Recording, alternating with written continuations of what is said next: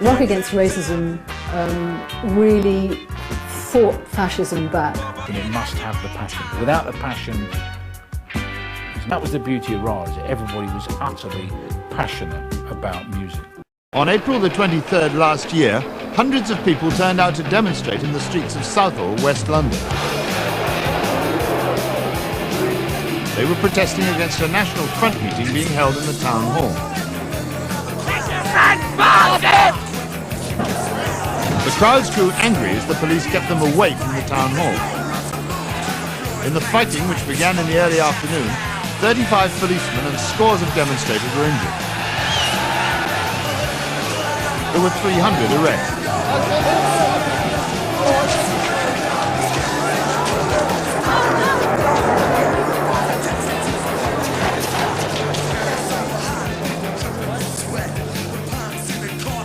We're against racism in all facets of British life, be it in the National Front, the Tory Party or the Labour Party. So our big campaign now is obviously our emphasis is going to shift onto the Tories. People are really rather afraid that this country might be rather swamped by people with a different culture. If there's any fear that it might be swamped, people are going to react and be rather hostile to those coming in.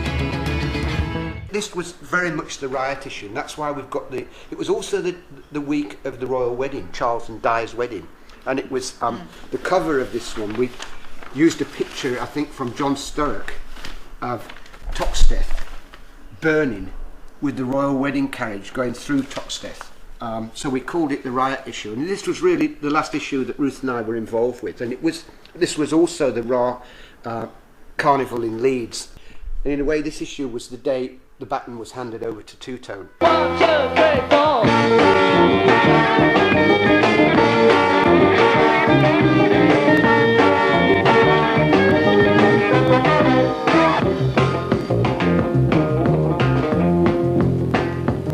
Everybody having good fun. Everybody partying.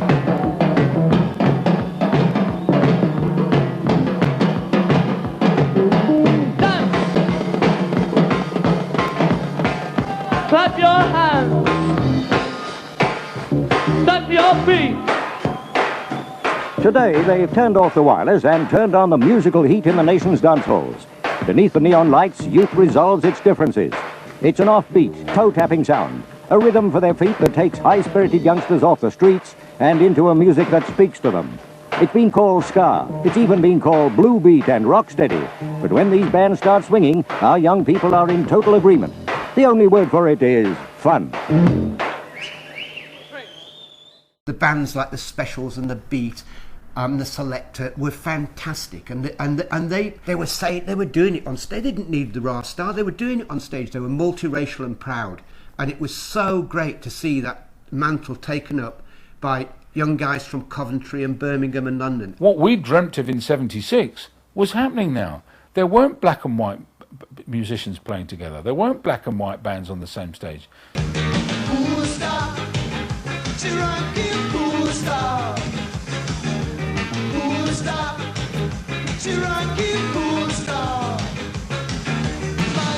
is Rankin, full stop.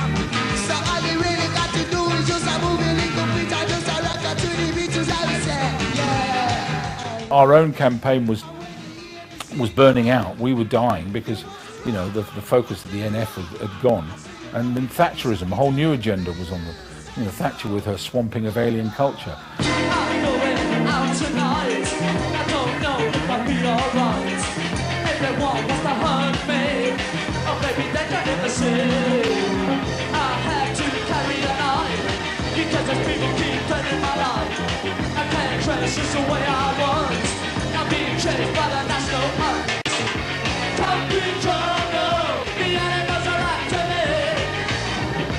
Concrete jungle, it ain't safe on the streets. This is a kind of reggae, punk kind of fusion, and so, I mean, so much of my work today is based on a fused culture, fused music, fused identity, being British, being black, being Indian, you know, all these different things. And to me, that was a real moment of fusion that I was experiencing, and the possibilities culturally and politically. The Leeds Carnival, which was really the last major event we did, it was so fitting that the headline band was the Specials.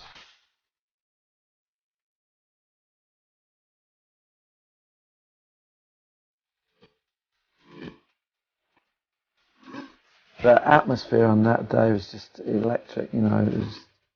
It was a fantastic day. I think it was probably the last gig the Specials ever played. I think it was. You know, we were top of the bill. There was 50,000 people. We did Ghost Town as our encore. You know, it was like, and it came to the, you know, we did the 12-inch version with this fantastic solo by Rico, you know. We came to that bit, the dub bit, and Rico didn't play anything. I went over, Rico, come on, it's your solo. He said, me not feel for play, Jerry. So he didn't play his solo, and that was the end of the Specials. The NF had its last throw. The NF had been defeated, both electorally and it had imploded. There was so much pressure that it just cracked like a nut, and they broke into conflict fighting within the right-wing groups. You know, and Webster later said, the ex-national organiser of the National Front said that the ANL and RA were, wherever they were there. Wherever the NF tried to do anything, there was always demonstrators, there was always the ANL, there was RA gigs, there was, you know, they just couldn't, the pressure on them was so bloody enormous that at the end they just splintered. There were two moments in this whole period when the culture speaks for a broad movement to the rest of the country. One is in the Jubilee, when God Save the Queen is there in the chart. And if you want to understand what's going on, you have to listen to it in order to know. And the other, of course, is later on in '81 with Ghost Town, where everyone who's scratching their head saying, how could this possibly happen? You know, only has to turn on the radio to get the answer, and the answer's there right in front of them. Martin Webster and the Front are now fighting for their political existence. In the past, when his position has been threatened, Webster has turned to the streets. We can have an activity in public. On Sunday, he will try to rally his supporters again with yet another anti-mugging march, this time through the streets of Southwark. But if he fails, this could well be the scene of Martin Webster's last stand.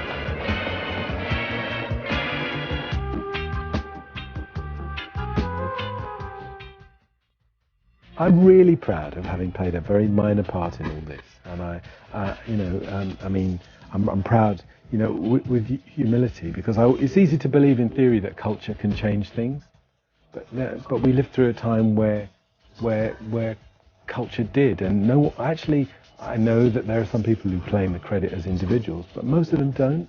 Most of the people who were the architects of all of this were humbled themselves by the process of seeing the power of that culture and how it could change the way this country functioned. You know, and that's something we need to celebrate every chance we get. Rock Against Racism did a really terrific job of mobilising sort of the groovers and the ravers and associating anti-racism with, you know, having a good time. It must come out of the fans and the musicians themselves. It must come from the bottom up. That's the key to it. It's got to come out of people who love music and culture. It must come from them. It mustn't come from some idea of an activist or an. It must come from the roots, and it must have the passion. Without the passion, it's not going to happen. That was the beauty of Ruts. Everybody was utterly passionate about music. I think that it's great that people will and continue to keep that fight going, and you know, and get up, stand up, because that's what it's a never-ending fight, and I know that, but it's one we're winning. Rock Against Racism really fought fascism back. And music is important because it's we enjoy music. We dance, which the authorities hate anyway. And so to have music backing up a political point of view is essential. Rock Against Racism, I think, made a lot of young people aware that you could be political through music. And although it doesn't exist anymore as Rock Against Racism, I think it's left a kind of resonance. You know, people are just automatically aware of that shit now. You know what I mean? And that's a really good thing. You know, in this society we're made to feel powerless and useless, and that the great and the good should do our thinking for us. And one of the wonderful things that we did in RAL was to say, no, just ordinary people, we can do things, we can change the world. And that today's generation, we must look to that and go that we really believe that another world is possible. Whatever the future of Martin Webster and the Front, it's important to remember that the social conditions which played such an important part in their rise are still with us. Unemployment is still increasing. The decline of the inner city still continues. And in some areas, the idea of a multiracial society is still resented. So although the Anti-Nazi League and others managed to halt the March of the Front in the 70s, there is still a potential for a racist party to succeed in London. If its leaders learn the lessons from the rise and fall of the Front and free themselves from the taint of a Nazi past, next time they may be much more difficult to stop. That's all for tonight, so until next week, from all of us on the London programme, good night.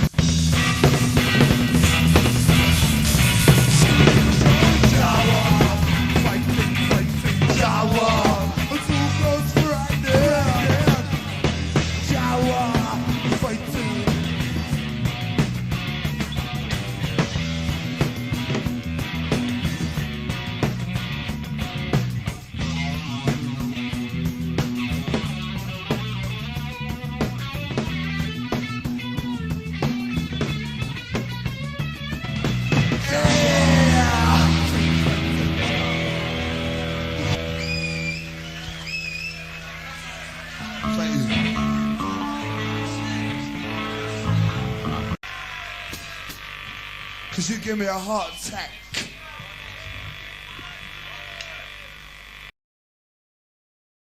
You're wondering now what to do. Now you know this is the end.